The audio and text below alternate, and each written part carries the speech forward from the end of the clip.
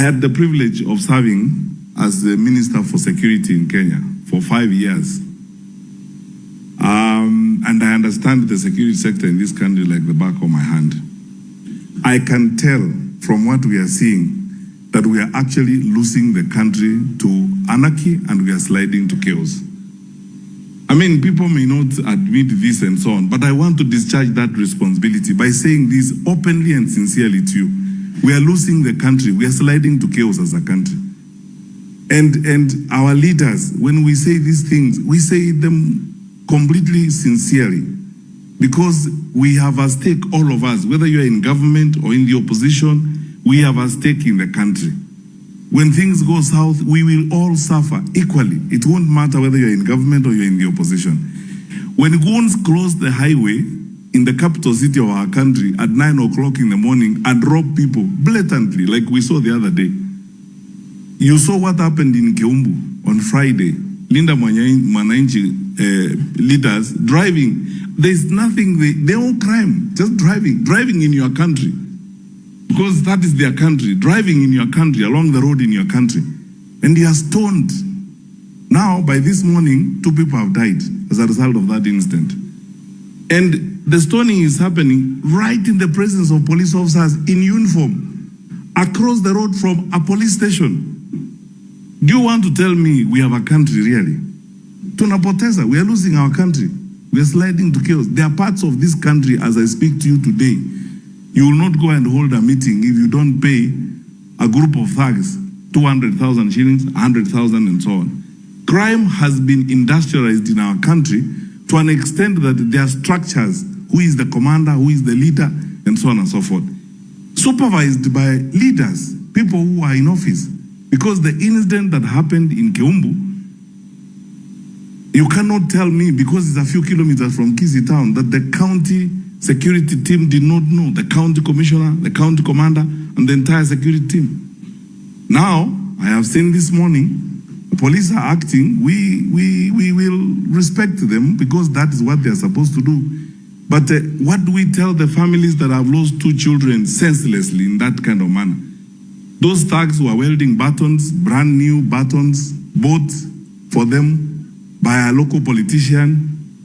And surely, if the government has got resources to know, to read your WhatsApp and know that you are criticizing them and abduct you, where are those resources when someone is buying batons and pangas to go and kill Wananchi? Where are those resources? Where is the intelligence when Wananchi are being treated in that kind of manner? Those in government, take advice from me for free. You might feel nice and you are seated in those offices, you are being guarded and so on. It can actually happen, and it will happen. Trust me, that when the country slides to chaos, you will also be a victim of those problems. So let's do the best we can. And I have followed, and yesterday my staff gave me last night a readout of some of the programs that you have here. Your deputy apostle who was running a program on Voices of Hope and the planned caravan of peace across the country. Actually, Mheshimiwa Kalonzo, when this church runs that caravan of peace across the country, I am willing to participate, and I hope all of you, my brothers in the opposition, will be willing to work with Pastor Apostle Musili on that caravan of peace. So that we preach peace, we preach reconciliation to our country, living together. Finally,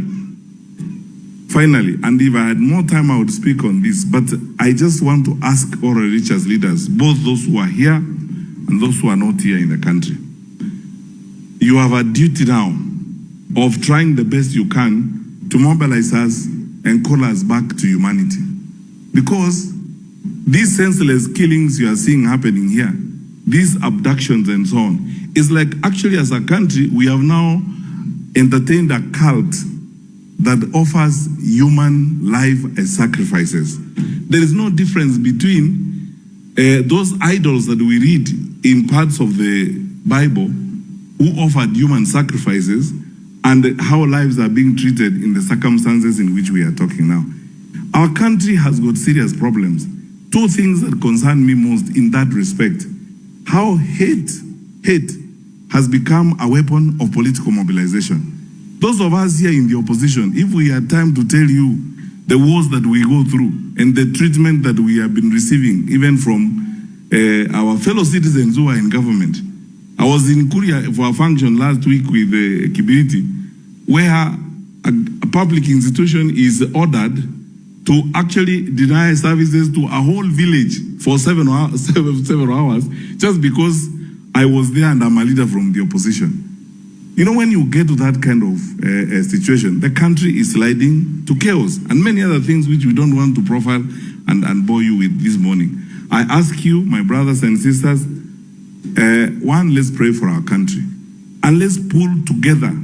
The God who created us wants us to be together. Let us be together, love one another. And sometimes I want to say this to you. Sometimes it ought not to matter whether you are in government or in the opposition. We are Kenyans first and anything else second. So that hatred and that pain with which sometimes we are treated, you know, the government has taken this habit. When you see the things they say, for example, about Kalonzo or something like that, that intense hate, it ought not to be there. Politics is not war, and elections are not war, so that we must kill people, injure others, abduct others, so that we can survive. We can still live and operate in this society even after we have competed one with another, focusing as we must on developing this country for our children and our children's children. Lastly, I wish you all the best, Apostle. You are doing a fantastic job. We shouldn't take this for granted.